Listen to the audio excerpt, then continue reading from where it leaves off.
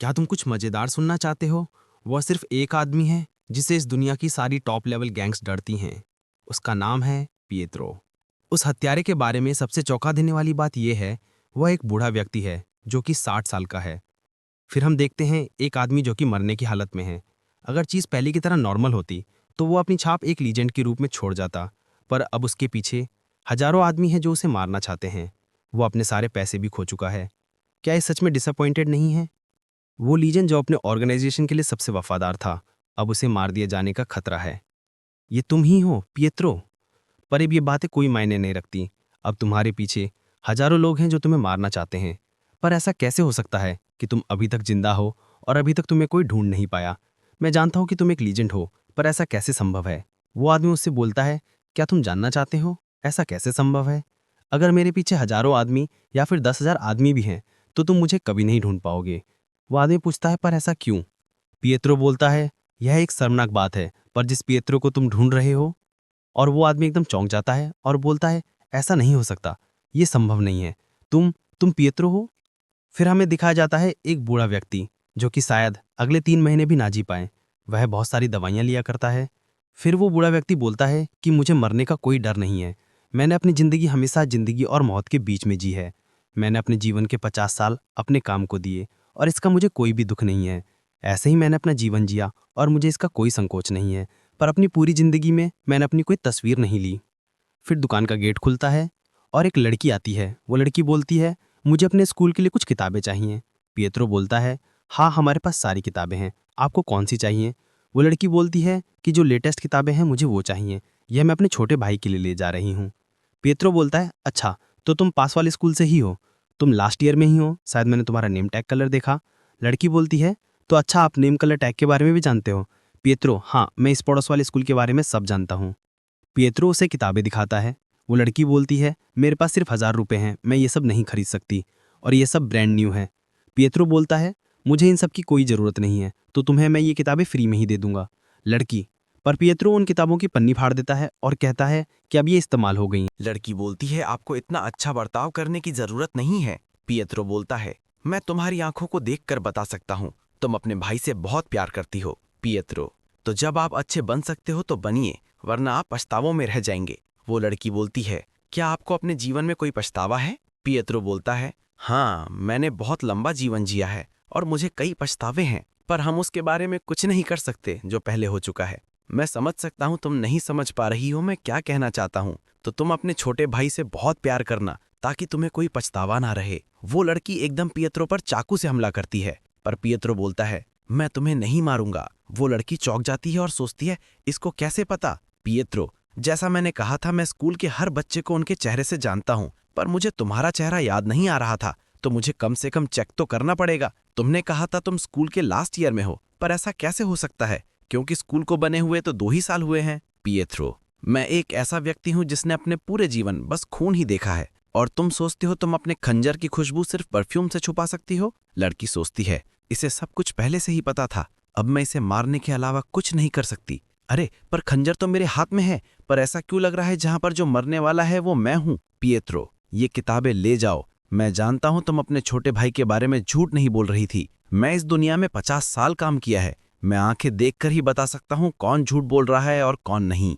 Pietro बोलता है, तुम भी मेरी तरह उस गैंग से ही हो क्या? अब भी वो लोग वही चीज सिखाते हैं? ओह अच्छा, मुझे लगता है अभी तक उन्हें तो मैं ये नहीं सिखाया। अगर हमारी गैंग किसी को करने में असफल हो गई है तो इसका मतलब ये है कि ये टाइम प्लान बी का है। तभी पिएत्रो उस लड़की के गले को पकड़ता है और उसे फेंकता है। वो लड़की सोचती है कि ये प्लान बी क्या है। तभी हम देखते हैं कुछ लोग खिड़की तोड़ते हुए बंदूक के साथ अंदर घुसते हैं। पिएत्रो उसे बताता है कि अगर कोई व्यक्ति अपने टारगेट को मारने में असफल हुआ है तो ऑर्गेनाइजेशन उस व्यक्ति को भी मरवा देगा। तभी वो लड़की सोचती है, ये क्या हुआ, इस आदमी की कमर से खून आ रहा है।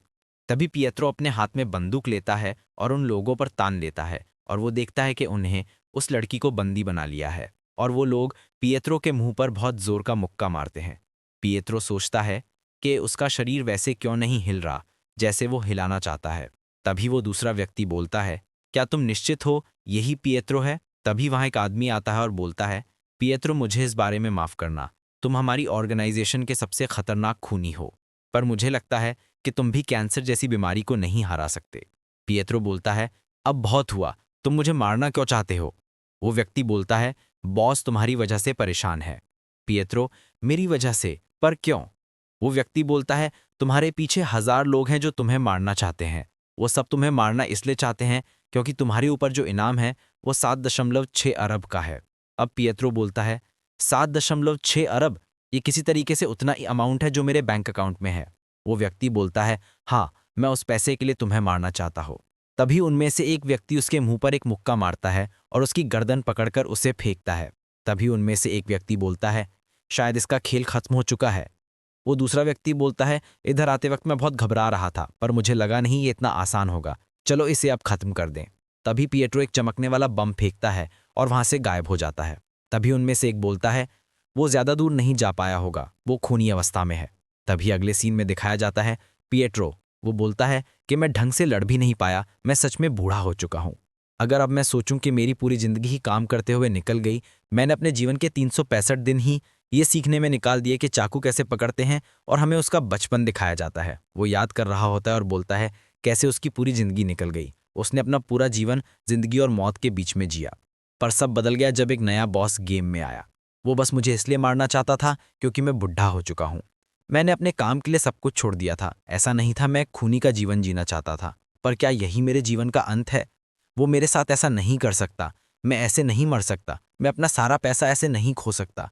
और वो मर जाता है। फिर अगले सीन में हमें उन हत्यारों का बेस दिखाया जाता है। उनमें से एक व्यक्ति बोलता है, अगर मैंने उसे मार दिया होता तो 7.6 अरब मेरे हो जाते। तभी दूसरा व्यक्ति बोलता है, हाँ बिल्कुल, पर ऐसे बुढ़े के लिए जिंदा इनाम क्यों रखा गया है? क्योंकि वह एक लीजेंड है। हाँ, तो कौन सोचता है जब बात पैसों की हो। फिर वह उस तस्वीर को देखकर बोलते हैं, मैं इस बुढ़े को मार कर रहूंगा और अपना जीवन सफर बनाऊंगा। फिर पीछे से आवाज आती है, क्या तुम्हें पता है यह पहली तस्वीर है जो मैंने ली है? वह व्यक्ति बोलता है, कौन पिएत्रो? वह व्यक्ति बोलता है, शायद मुझे कहना चाहिए यह पहली तस्वीर है जो मेरी ली गई थी। फिर वह दोनों व्यक्ति में से एक व्यक्ति बोलता है, नहीं, ये वह नहीं है। ऐसा मुझे इसलिए लगा क्योंकि इनके कपड़े एक जैसे हैं। वह व्यक्ति अपने आप में बोलता है, मुझे भी नहीं पता ऐसा कैसे, जब मैं उठा तो मैं ऐसा ही था। सामने वाले व्यक्ति बोलता है, तुम गलत जगह आ गए हो, यह जगह बच्चों के लिए नहीं है। वह लाल शर्ट वाला आदमी बोलता है, मुझे पता है मैं कहाँ हूँ, मुझे अपने बॉस के पास ले चलो। वह व्यक्ति बोलता है, अच्छा तो तुम भी एक खूनी हो, अगर ऐसा है तो अब तुम्हें मरना होगा। वह उस लाल शर्ट वाले व्यक्ति में मुक्का मारता है। वह लाल शर्ट वाला व्यक्ति उसके मुक्के को एक हाथ से रोक देता है, पर सोचता है ये इतना शक्तिशाली कैसे हो सकता है। वह लाल शर्ट वाला व्यक्ति उसका हाथ तोड़ देता है और फिर पीछे से एक खूनी उस पर वार करता है।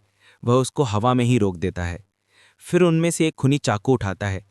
चाकू में अच्छा होना 3rd रेट है, हथियारों में अच्छा होना 2nd रेट है, और 1st रेट है किसी भी चीज़ को हथियार बनाकर इस्तेमाल करना। वह एक ऑक्टोपस को हथियार बनाकर इस्तेमाल करता है और उस व्यक्ति को फेंक देता है। वह गिरा हुआ व्यक्ति पूछता है, ऐसा क्यों, तुम कौन हो? वह लाल शर्ट वाला व्यक्ति तस्वीर उठाता और पूछता है, क्या तुम पर बस यही तस्वीर है? मैं पिएत्रो, जो इस गैंग में सबसे खतरनाक खूनी था, वो अपने ही जवान रूप में दोबारा उठा। अब तुम 1000 लोग भी मुझे दोबारा नहीं ढूंढ सकते, क्योंकि जिस बुढ़े पिएत्रो को तुम ढूंढ रहे हो वह मर चुका है। फिर अगले सीन में हमें दिखाया जाता है एक टकला व्यक्ति। वो बोलता है, हमने उसे पकड़ ही लिया था, पर वो भाग निकला। जल्द ही पिएत्रो का ऑफिशियल वांटेड ऑर्डर अनाउंस हो जाएगा, और यहाँ हो उससे पहले हमें उसे पकड़ना है। वो कैंसर की वजह से लगभग मर ही चुका था। ये अच्छा होता अगर वो अपने जूनियर के साथ शेयर करता। क्यों, सही कहा ना मैंने?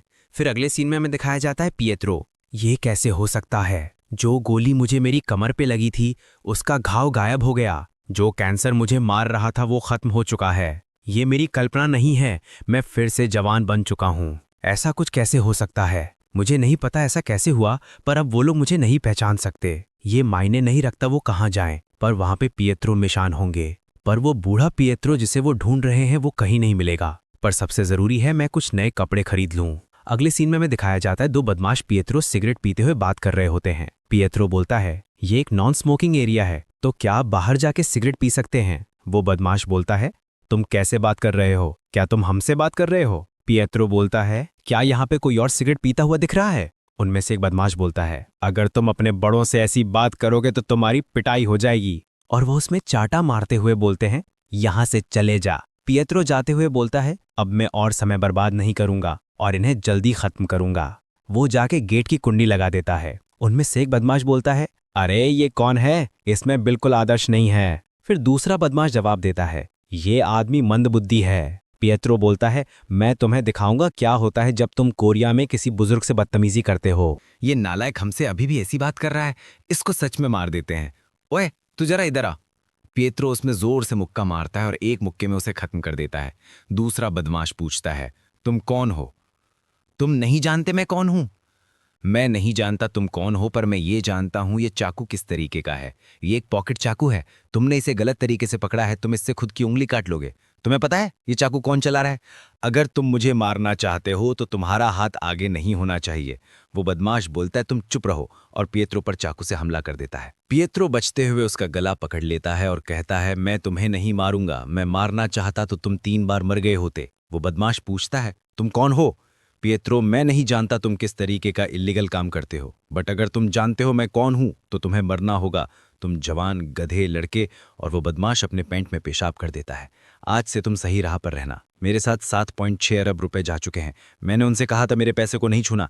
कोई बात नहीं, वो सब इसी के लायक हैं। फिर हमें अगले सीन में दिखाया जाता है पिएत्रो का घर, जहां पर वो बचपन में रहता था। वो जगह एक रिलीजियस लोगों के संगठन से चलती थी, पर अब 50 साल बाद वो गैर कानूनी गतिविधियों का अड्डा बन गई है। वो ग्लोरी ग्रुप को गलत तरीके से इस्तेमाल कर रहे हैं। मैंने उस कंपनी को इतना फेमस किया था, अब मैं ही उसे खत्म करूंगा। फिर हमें अगले सीन में एक बदमाश दिखाया जाता है। वो बोलता है, तुम मुझे यहाँ अकेले करने आए हो? दूसरा बदमाश उसे बोलना है, तुम पिएत्रो नहीं हो, और अगर तुम ये हो तो मुझे किसी को लाने की जरूरत नहीं है। वो पहला बदमाश बोलता, तुम ग्लोरी क्लब के लोग बहुत लालची हो, और अगर तुम पिएत्रो पर विश्वास करते हो तो तुम बहुत पहले मर गए होते।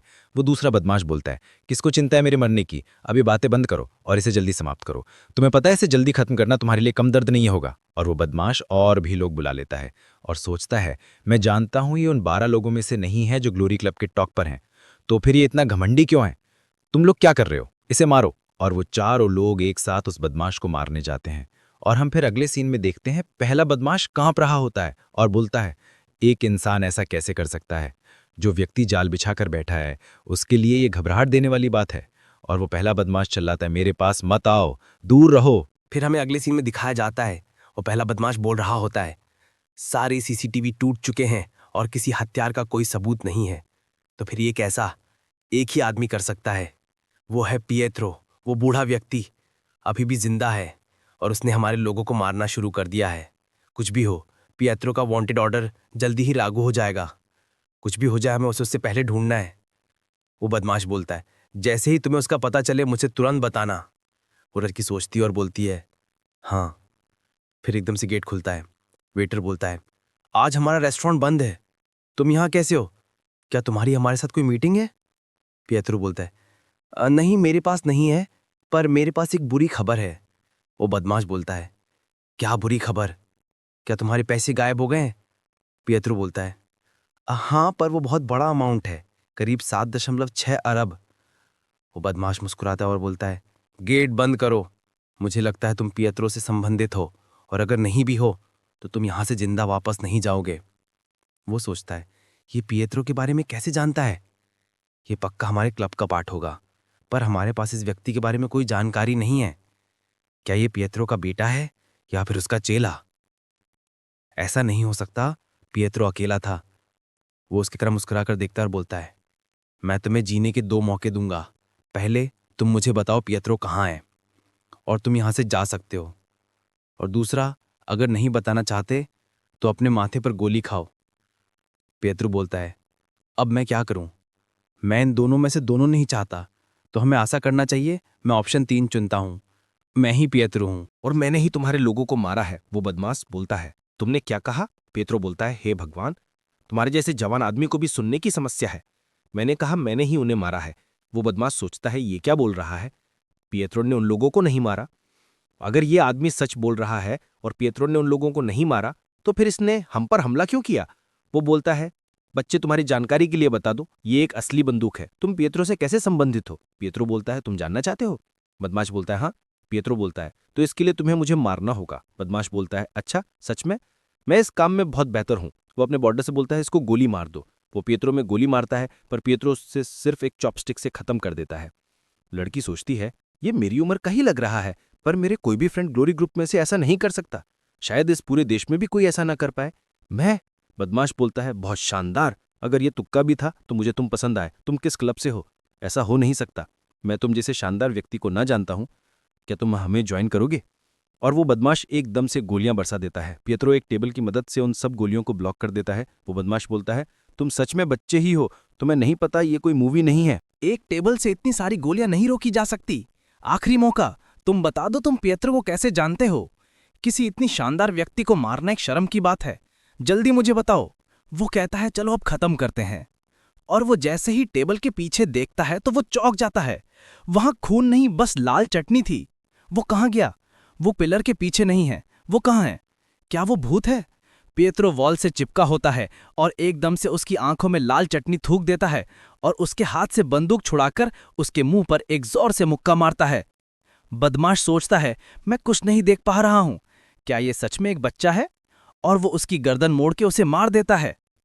ऐसा कैसे हो सकता है? मैं 10 सालों में बहुत लोगों से लड़ा हूं, पर इतना शानदार व्यक्ति मैं आज पहली बार देखा। फिर हमें दिखाया जाता है, एक आवाज आती है, करो या मरो। तकनीक, तुम किसी दिन एक शक्तिशाली व्यक्ति से मुकाबला करोगे। इस समय उसका गार्ड डाउन हो। इस वक्त तुम्हें उसे चौंक देना है। वो बदमाश बोलता है, ये तकनीक सिर्फ मैं ही इस्तेमाल कर पाता हूं, पर सबसे बड़ा खतरा यह है कि तुम अपने दुश्मन को अपनी पीठ दिखाओ। अपने आप पर ज्यादा विश्वास मत रखो। मैंने ये कर दिया, मुझे भरोसा है मैं कभी किसी से नहीं हारूंगा। और वो एकदम से पियत्रो को जकड़ लेता है।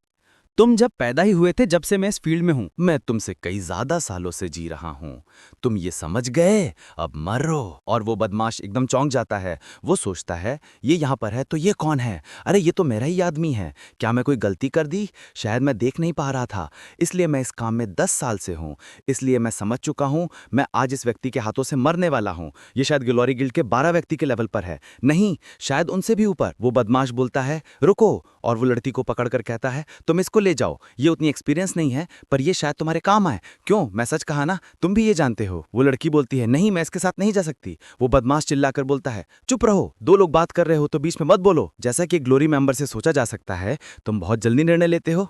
बदमाश बोलता है, हाँ ऐसा ही है, सौदा मंजूर है। और वो लड़की को उसको देकर भागता है। तभी पियत्रो बोलता है, करो या मरो तकनीक। पियत्रो बोलता है, तुम अपनी पीठ दिखाओगे और सोचोगे कि मैं जीत गया। अपने दुश्मन को अपनी पीठ दिखाना सबसे बड़ा खतरा है। जब तुम सोचते हो तुम जीत चुके हो। वो बदमाश बोलता है, ऐसा नहीं हो सकता। पियत्रो बोलता है, क्या तुम्हें याद है जब मैंने तुम्हें यह बताया था, जो लोग भी जानते हैं पियत्रो जिंदा है वो जिंदा नहीं बचे। हाँ, और पियत्रो उसको उसकी ही तकनीक से मार देता है। फिर हम अगले सीन में देखते हैं, हमें दिखाया जाता है एक व्यक्ति बात कर रहा होता है। वो बोलता है, ऑक्टोपस की मौत निश्चित हो गई है।